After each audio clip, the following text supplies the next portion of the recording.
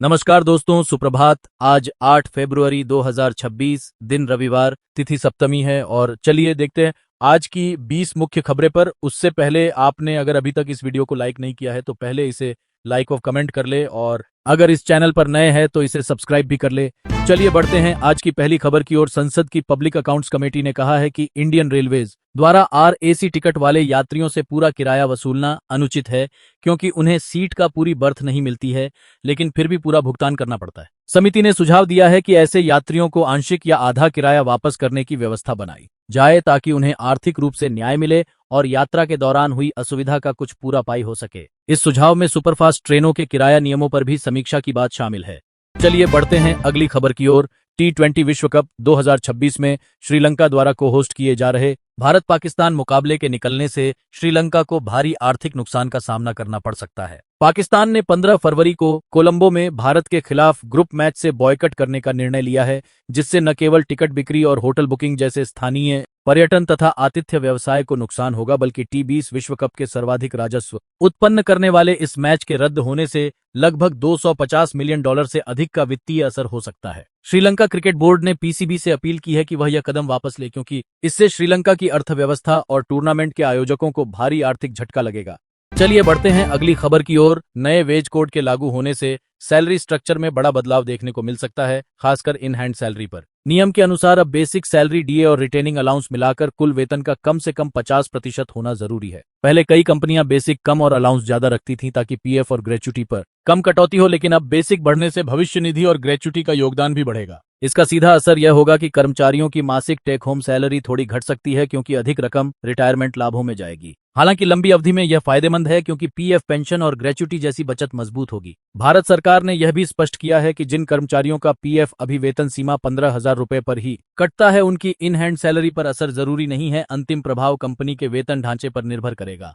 चलिए पढ़ते हैं अगली खबर की ओर। दिल्ली में 15 दिनों के भीतर 800 से अधिक लोगों के लापता होने के मामलों ने कानून व्यवस्था पर गंभीर सवाल खड़े कर दिए हैं। उपलब्ध आंकड़ों के अनुसार 1 से 15 जनवरी के बीच सैकड़ों गुमशुदगी की रिपोर्ट दर्ज हुई, जिनमें महिलाओं और नाबालिगों की संख्या भी उल्लेखनीय बताई जा रही है। इस स्थिति ने आम लोगों में असुरक्षा की भावना बढ़ाई है और पुलिस की कार्यप्रणाली पर बहस छेड़ दी है। हालांकि दिल्ली पुलिस का कहना है कि ऐसे मामलों की जांच जारी है और आंकड़ों को संदर्भ से अलग करके देखने से भ्रम पैदा होता है। फिर भी तेजी से बढ़ते मामलों ने प्रशासनिक सतर्कता की जरूरत उजागर की है।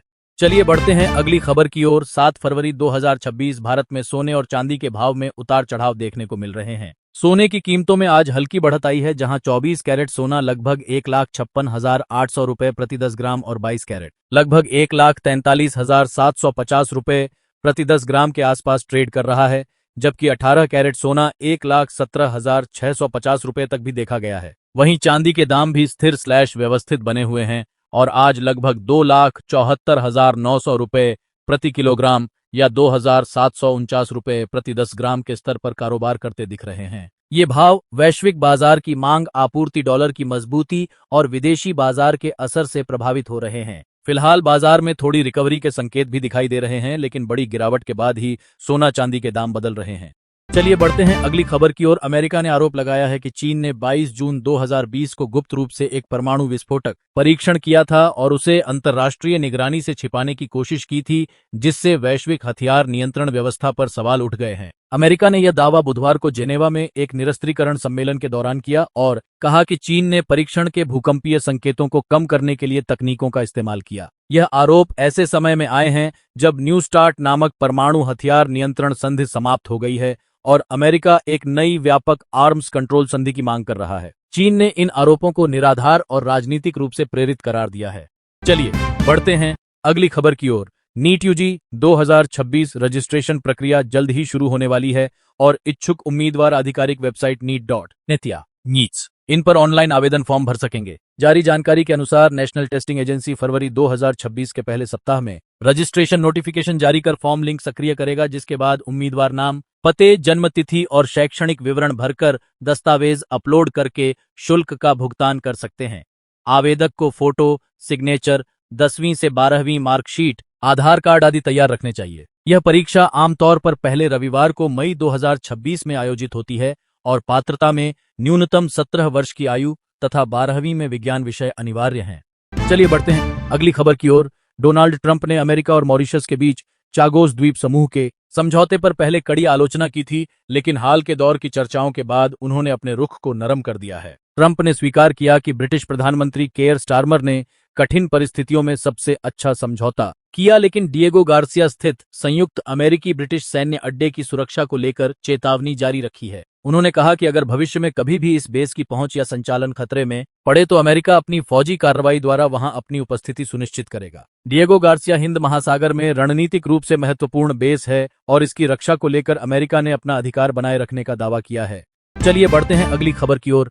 रतु तवाड़े ने बीजेपी की ओर से बीएमसी के महापौर पद के लिए नामांकन दाखिल किया है, जिसमें वे पार्टी की प्रमुख उम्मीदवारी हैं। यह कदम 15 जनवरी 2026 के बीएमसी चुनावों में महायुति गठबंधन की जीत के बाद आया है, जिसमें भाजपा सबसे बड़ी पार्टी के रूप में उभरी थी। नामांकन भरते समय तावड़े ने कहा कि अगर उन्हें मेयर चुना गया तो वह मुंबई से अवैध रूप से रहने वाले बांग्लादेशियों को बाहर करने के लिए कदम उठाएंगी, जो शहर की सुरक्षा और व्यवस्था से जुड़ा उन्होंने एक प्रमुख मुद्दा बताया है। भाजपा ने मुंबई के सार्वजनिक सुविधाओं और विकास में सुधार पर भी जोर दिया है।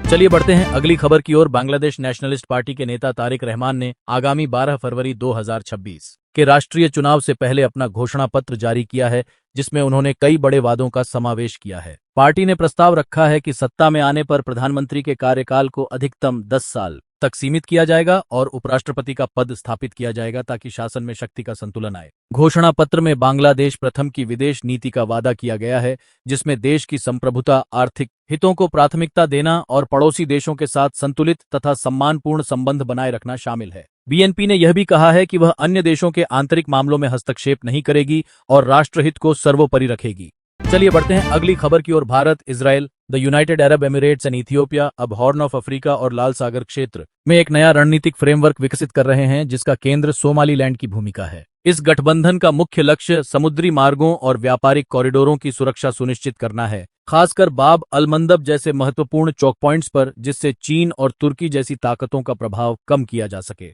इजराइल ने दिसंबर 2025 में सोमालीलैंड को मान्यता देकर क्षेत्र में अपनी उपस्थिति मजबूत की है, जिससे यह रणनीतिक गठजोड़ और अधिक सशक्त होता दिख रहा है। इस पहल से समुद्री सुरक्षा, लॉजिस्टिक्स, निवेश और राजनीतिक सहयोग को आगे बढ़ाने की कोशिश की जा रही है। साथ ही हिंद महासागर से यूरोप तक के समुद्री कनेक्टिविटी नेटवर्क पर नए समीकरण बन रहे हैं। चलिए बढ़ते हैं अगली खबर की ओर। अमेरिका ने ईरान इजराइल की 11 दिन की जंग में मिसाइल रक्षा पर भारी खर्च किया है, जिससे उसकी मिसाइल स्टॉक व सिस्टमों का संकट देखा जा रहा है। रिपोर्टों के अनुसार इस संघर्ष में THAAD और अन्य इंटरसेप्टर मिसाइलों पर खर्च लगभग 200 अरब डॉलर तक पहुंच गया, क्योंकि उच्च लागत वाली मिसाइल प्रणालियों का व्यापक उपयोग किया गया और भंडार तेजी से कम हुआ। इस खर्च से अमेरिकी रक्षा क्षमताओं में लगने वाली लागत, मिसाइल अपरिहार्य उत्पादन और बचे हुए हथियारों की पूर्ति पर दबाव बढ़ा है, जिससे भविष्य में मिसाइल डिफेंस तैयारियों और क्षमता पर सवाल उठ रहे हैं। चलिए बढ़ते हैं अगली खबर की ओर। पश्चिम बंगाल की मुख्यमंत्री ममता बनर्जी ने चुनावी प्रक्रिया में इस्तेमाल होने वाले SIR नामक सॉफ्टवेयर पर असंतोष जताया है, जिसका मुद्दा उन्होंने सुप्रीम कोर्ट में उठाया है। राज्य में विशेष SIR के दौरान यह सॉफ्टवेयर पुरानी वोटर लिस्ट को पढ़कर उसे नए रिकॉर्ड से मिलान करता है, लेकिन चुनाव अधिकारियों ने स्वीकार किया है कि इसमें तकनीकी गड़बड़ियां हैं। यह सिस्टम स्पेलिंग और भाषा अंतर को अलग तरह से समझकर लॉजिकल डिस्क्रिपेंसी के रूप में गलत मतदाता को फ्लैग कर देता है, जिससे सही वोटर्स भी त्रुटिपूर्ण रूप से पहचान लिए जा रहे हैं। अधिकारियों का कहना है कि इससे बूथ और रजिस्ट्रेशन अधिकारियों की भूमिका कम हो गई है, जिससे त्रुटियों की संभावना बढ़ जाती है। चलिए बढ़ते हैं अगली खबर की ओर। ईरान और अमेरिका के बीच बढ़ते तनाव के बीच हाल के दिनों में ओमान में परमाणु वार्ता का दौर जारी है, लेकिन यह बातचीत कठिन मोड़ पर है। ईरान के विदेश मंत्री अब्बास अराघची ने कहा है कि यदि अमेरिका हमला करता है तो ईरान मध्य पूर्व में अमेरिकी सैन्य बेसों को निशाना बनाएगा, हालांकि वह सीधे अमेरिकी धरती पर हमला नहीं करेगा। इस चेतावनी का कारण यूरेनियम संवर्धन और मिसाइल कार्यक्रम को लेकर अमेरिका की कड़ी शर्तें और सैन्य दबाव है। दोनों पक्षों ने गंभीर मतभेद के बावजूद बातचीत जारी रखने की इच्छा जताई है, लेकिन भरोसे की कमी और युद्ध की आशंका क्षेत्र में तनाव को बरकरार रखती है। चलिए बढ़ते हैं अगली खबर की ओर। अमेरिका अब रूस और यूक्रेन के बीच जारी युद्ध को मार्च 2026 तक शांति समझौता तक पहुंचाने का लक्ष्य बना रहा है, लेकिन इस प्रक्रिया को लेकर वोलोदिमीर ज़ेलेंस्की चिंतित दिखते हैं। अमेरिकी मध्यस्थ प्रयास में जल्द समझौता, राष्ट्रीय चुनाव और संभवतः जनमत संग्रह शामिल हैं, लेकिन इलाकों के नियंत्रण जैसे विवादित मुद्दों पर सहमति नहीं बन पा रही है, जो शांति समझौते को कठिन बना रहा है। ज़ेलेंस्की को डर इस बात का है कि जल्दबाजी में बिना व्यापक समर्थन और सुरक्षा गारंटी के समझौता उसके देश के हितों को नुकसान पहुंचा सकता है, खासकर जब रूस अपनी मांगों पर दृढ़ है।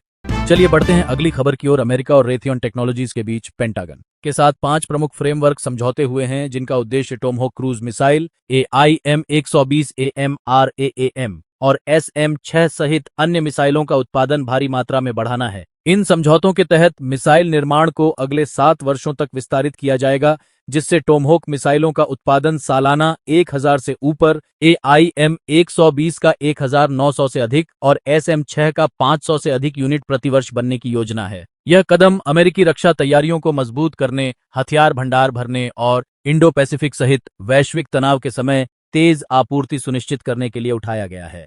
चलिए बढ़ते हैं अगली खबर की ओर। किसान नेता पवन गुर्जर ने अमेरिका भारत ट्रेड डील को लेकर कड़ी चेतावनी दी है और कहा है कि किसानों के हितों से किसी भी तरह का समझौता बर्दाश्त नहीं किया जाएगा। उनका आरोप है कि प्रस्तावित व्यापार समझौते में कृषि उत्पादों के आयात निर्यात नियम ऐसे बदले जा सकते हैं जिससे घरेलू किसानों को भारी नुकसान उठाना पड़ सकता है। उन्होंने सरकार से पारदर्शिता की मांग करते हुए कहा कि यदि किसान विरोधी शर्तें लागू की गईं तो देश भर में व्यापक आंदोलन शुरू किया जाएगा। गुर्जर ने यह भी कहा कि इंडिया के किसानों की आजीविका किसी भी अंतर्राष्ट्रीय दबाव से अधिक महत्वपूर्ण है, चाहे मामला अमेरिका के साथ व्यापार का ही क्यों न हो। चलिए बढ़ते हैं अगली खबर की ओर। ऑन डिमांड कैब और राइड हेलिंग प्लेटफॉर्मों के ड्राइवर्स ने 7 फरवरी 2026 को पूरे देश में हड़ताल का ऐलान किया है, जिसमें ओला, उबर और रैपिडो के ऐप आधारित चालक शामिल हैं। उनका मुख्य आरोप है कि फ्यूल प्राइस वृद्धि, कमीशन दरें, बोनस एवं सुरक्षा उपायों में सुधार न होने के कारण उनकी आय घट रही है और काम के हालात खराब हो रहे हैं। हड़तालकारियों का कहना है कि सरकार और प्लेटफॉर्म कंपनियों को बातचीत के लिए बैठना चाहिए और ठोस मांगों पर समाधान देना चाहिए, नहीं तो वे लंबी लड़ाई के लिए तैयार हैं। यह हड़ताल कई शहरों में सेवाबंदी और आवागमन में दिक्कतें पैदा कर सकती है। चलिए बढ़ते हैं अगली खबर की ओर। यह खबर यूनाइटेड स्टेट्स के साथ व्यापार समझौते को लेकर पाकिस्तान की प्रतिक्रिया पर आधारित है, जिसमें अखंड भारत का नक्शा सोशल मीडिया पर वायरल होने के बाद तनाव बढ़ा है। पाकिस्तान ने अमेरिका भारत ट्रेड डील को लेकर चिंता जताई है और दावा किया है कि यह समझौता क्षेत्रीय संतुलन को प्रभावित कर सकता है। साथ ही वायरल नक्शे को प्रोवोकेटिव बताया गया है, जिसे उसने अपनी संप्रभुता के खिलाफ एक संकेत के रूप में देखा है। पाकिस्तानी अधिकारियों और जनता ने इस मुद्दे पर अमेरिका और भारत के खिलाफ कड़ी टिप्पणियां की हैं, लेकिन भारत ने इसे वैश्विक व्यापार और आर्थिक साझेदारी का हिस्सा बताया है। चलिए बढ़ते हैं अगली खबर की ओर। आरबीआई ने डिजिटल फ्रॉड, मिस सेलिंग और लोन रिकवरी से जुड़े मामलों में ग्राहकों को 25,000 रुपए तक की मुआवजा राशि देने का प्रस्ताव पेश किया है। नए दिशा निर्देशों के मुताबिक अगर किसी डिजिटल लेनदेन में धोखाधड़ी, बैंकों या एनबीएफसीज द्वारा गलत उत्पाद बेचना या लोन वसूली के दौरान ग्राहक को अनुचित परेशानियां होती हैं, तो प्रभावित व्यक्ति को 25,000 रुपए तक सीधे मुआवजा दिया जा सकता है। यह कदम उपभोक्ता सुरक्षा को मजबूत करने और वित्तीय संस्थानों की जवाबदेही बढ़ाने के उद्देश्य से उठाया गया है। आरबीआई ने कहा है कि इससे डिजिटल बैंकिंग में विश्वास बढ़ेगा और ग्राहकों को न्याय संगत अनुभव का उचित समाधान मिलेगा। चलिए बढ़ते हैं अगली खबर की ओर। ममता बनर्जी ने पश्चिम बंगाल में मतदाता सूची सुधार SIR प्रणाली को लेकर सुप्रीम कोर्ट में याचिका दायर की है, जिसमें कहा गया है कि यह सॉफ्टवेयर गलत तरीके से लोगों को मतदाता सूची से हटाने का कारण बन रहा है। उनका दावा है कि SIR प्रणाली पुराने वोटर डेटा को नए डेटा से मिलाते समय टेक्निकल गड़बड़ियां और भाषाई अंतर समझ नहीं पाती है, जिससे सही वोटर्स भी हटाए जा सकते हैं। मुख्यमंत्री ने यह भी आरोप लगाया है कि इससे चुनाव प्रक्रिया की पारदर्शिता, निष्पक्षता और नागरिकों के मताधिकार को नुकसान पहुंच सकता है तथा स्थानीय अधिकारियों की भूमिका भी प्रभावित होती है। चलिए बढ़ते हैं अगली खबर की ओर। राष्ट्रीय राजनीति में ओवैसी ने हिमंत विश्व शर्मा पर निशाना साधा है उनके हालिया बयान पर कि यदि मुस्लिम आबादी किसी राज्य में 5% से अधिक हो जाए तो ना तो नौकरियां ना आरक्षण दिया जाना चाहिए। ओवैसी ने इसे धार्मिक जनसंख्या के आधार पर विभाजन और भेदभाव फैलाने वाला बयान बताया है और कहा कि यह संविधान के समता और नीतिगत निष्पक्षता के सिद्धांतों के खिलाफ है। उन्होंने कहा कि इंसान के धर्म के आधार पर अधिकारों को छीनना लोकतंत्र की आत्मा को क्षति पहुंचाता है और इससे सामाजिक सौहार्द व एकता पर गंभीर असर पड़ेगा। चलिए बढ़ते हैं अगली खबर की ओर। नवजोत कौर सिद्धू को कांग्रेस पार्टी ने निष्कासित कर दिया है, जिसके पीछे उनका राहुल गांधी को पप्पू कहकर संबोधित करना बताया जा रहा है। सिद्धू ने हाल ही में पार्टी के वरिष्ठ नेताओं पर तंज करते हुए राहुल गांधी के लिए यह उपनाम इस्तेमाल किया, जो पार्टी लाइन के खिलाफ माना गया। इसके बाद कांग्रेस ने उनके खिलाफ कार्रवाई करते हुए उन्हें पार्टी से बाहर कर दिया। यह कदम पार्टी अनुशासन और सदस्य के सार्वजनिक बयानों से उत्पन्न विवाद को देखते हुए उठाया गया है, जिससे राजनीतिक बयानबाजी और भी सुर्खियों में आ गई है। वीडियो को पूरा देखने के लिए धन्यवाद। अगर वीडियो पसंद आई हो तो इसे शेयर और इस चैनल को सब्सक्राइब भी कर ले। धन्यवाद।